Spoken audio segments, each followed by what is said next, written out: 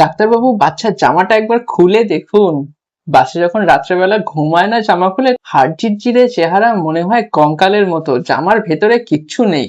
মায়েরা এই জিনিসগুলো প্রায়ই এসে আমাদের বলেন। আপনার গোলুমলু যে বাচ্চাগুলো ছিল সেগুলো যদি রোগা হয়ে যেতে থাকে, তাহলে কার না এরকম চিন্তা হয়। দেখুন, আমি যে কতগুলো কথা বলবো সেগুলো আপনার বাচ্চার সাথে হচ্ছে কিনা একটু মিলিয়ে দেখবেন। 1 নম্বর জিনিস, বাচ্চা যখন একেবারে ছোট থাকে তখন দুটো জিনিসের জন্য গোলুমলু লাগে।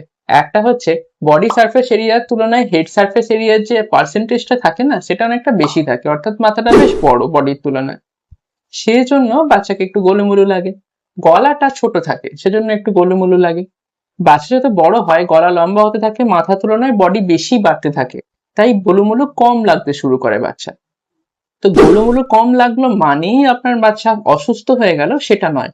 প্রথম দিকে যতটা ওজন বাড়ছিল, শেষের দিকে এসে কিন্তু অতটা ওজন আর বাড়ে না।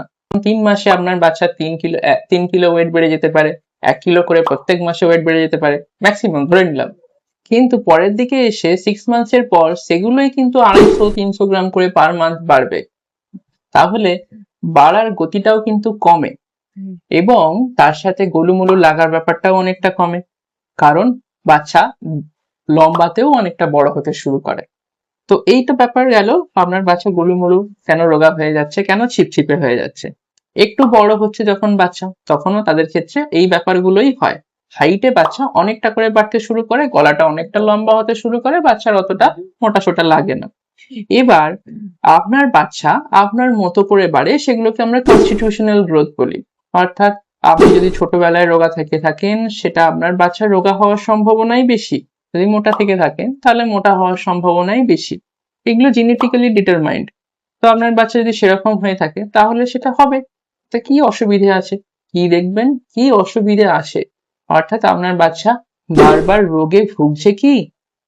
আপনার বাচ্চার শরীরের মধ্যে কোনো রকম ভাইটামিনের ডেফিসিয়েন্সি আছে কি? আপনার বাচ্চা খাবারে কোনো রকম ভাবে প্রোটিন একদমই ডেফিসিয়েন্ট হয়ে যাচ্ছে কি?